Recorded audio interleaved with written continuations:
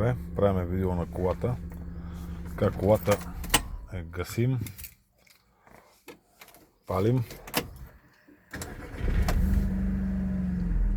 Всичко изгасва с изключение на някъде има някаква крушка, ако не се лъжа, а може и да са тези жигльори. По-скоро не жигльори, а сензорите, които те са едни кантарчета, които вдигат фаровете. Фаровете са автоматични, ето е автоматик. Включват се с сензори за светлина. Работят си фаровете, но не се вдигат при включване, защото тези кантарчета най-вероятно са... То едно кантарче, ако не се лъжа отляво, едно отпред и едно отзад отляво. Едното от двете сигурно не работи.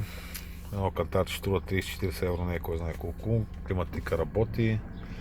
Това са общо взето неща, които без колата може да върви. 4L стъкла, които работят. Огледалата са сгъваеми, но едното нещо не знам какво му стана.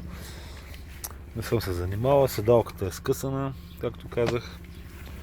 Има 17 джанти.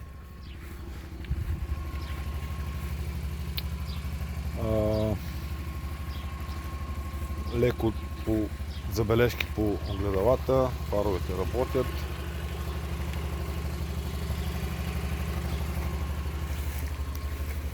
Има забележки по другото огледало, тук някъде имаше, да, калника е изгнил, трябва да се смени и това долу, как се казваше,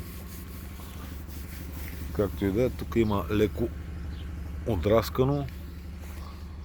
Като цяло колата върви. Скорости са добре, двигател добре, пирачки има, окачване добре, в общи линии кожата отзаде е добре.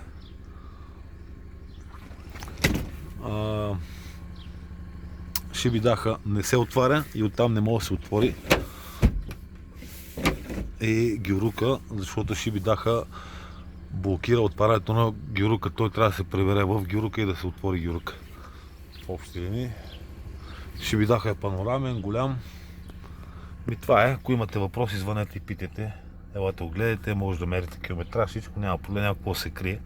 Аз съм посочил проблемите на колата. И така, заповядайте.